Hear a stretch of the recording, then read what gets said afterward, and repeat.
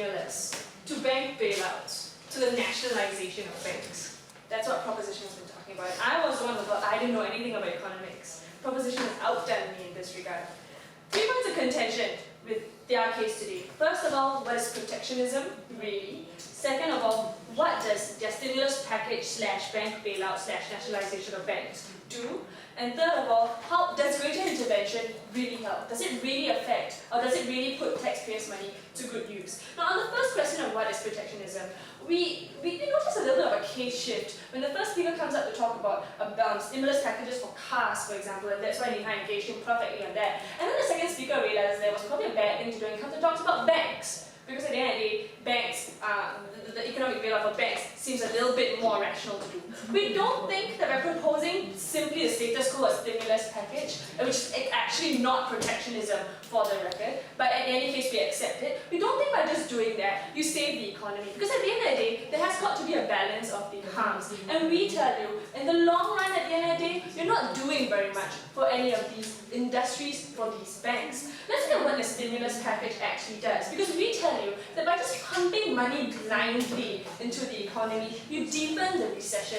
By just pumping money blindly into problems within the economy, problems in terms of how you structure your finances, for example, in a bank, how you spend your money in a bank. By just pumping money into it blindly, what you are doing is you're deepening the recession and you're reinforcing the problems that are already existing within the bank. So we don't think that their stimulus package / help for whatever they want to do is going to help very much. But let's look at the use of taxpayers' money, because we think this is very important. Now, the second speaker came up and asserted that this would first of all use taxpayers' money wisely because it saves jobs and also saves the American economy. And that's all fine and dandy when you imagine a world in which everything just works perfectly fine and money is just going to increase investor confidence like nobody's business. But we say that when you want to use money, for example, just because you use money for Americans doesn't necessarily mean that you're using money wisely in this regard. And we say at the end of the day, it's not just about injection of funds, but it's about injecting funds where it's most, not just where it's most needed, but where it's going to be used properly. So for example, just because you want to save jobs, for example in Ford,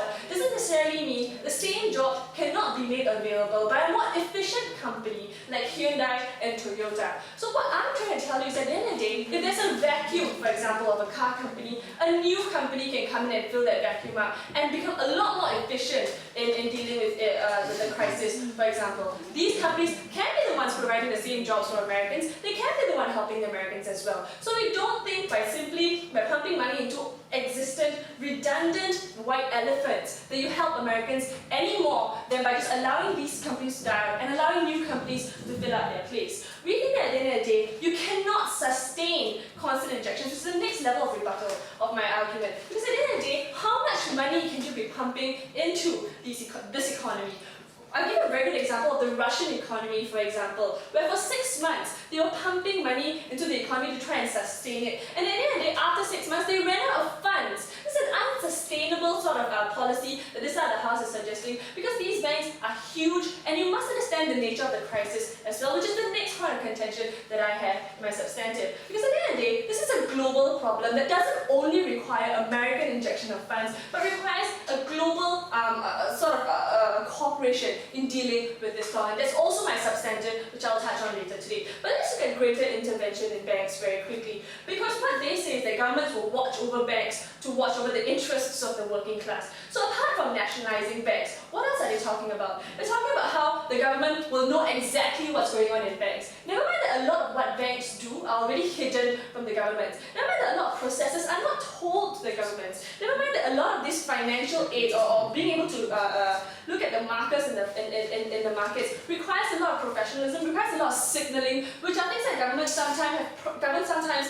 have problems doing. We don't think that the government, for starters, when they didn't even realize that there was a financial crisis approaching it, we don't think governments are the best indicators or are the best watchdogs for these banks. Firstly, because they don't know what's going on. But on the more important level, let's look at the chance to restructure, because they feel that by pumping money into these banks, or companies, whichever the case is, we expect that third speaker to come and clarify.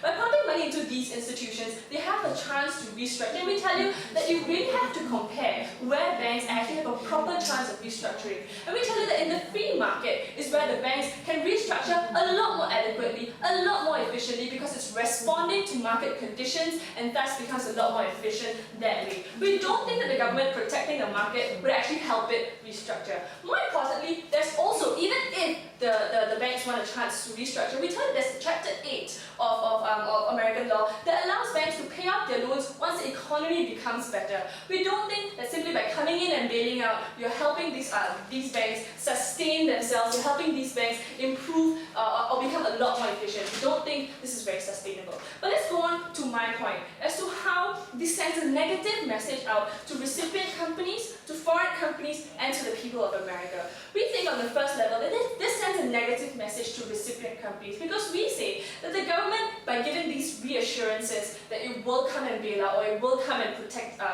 these companies, gives that safety net to all these companies by reassuring them that at the end of the day, even if you already have an alternative, Chapter 8, which is protection, which is what I just told you earlier, even if you have this alternative, the government will always come in and will always bail you out because you are an important factor of our economy. So for example, even if Ford says that I'm being very inefficient, the government will still come in and bail me out regardless of anything, because American people like cars that are made, even though they're just lying in the garage and not getting sold. Let's look at the message sent to foreign companies as well. We say that at the end of the day, they're never going to be able to compete because governments will always come in to help out local companies and never allow companies like Hyundai, never allow companies like Toyota to come in. So we say that it's not very efficient, it doesn't help the market at all. But the more important part is looking at the message sent to people in America. Because 60% of Americans disapprove of the taxpayers' money being used to finance, for example, bad home loans, or being used to finance bad management, for example. And we think this is a very important thing to look at, because that's the primary reason why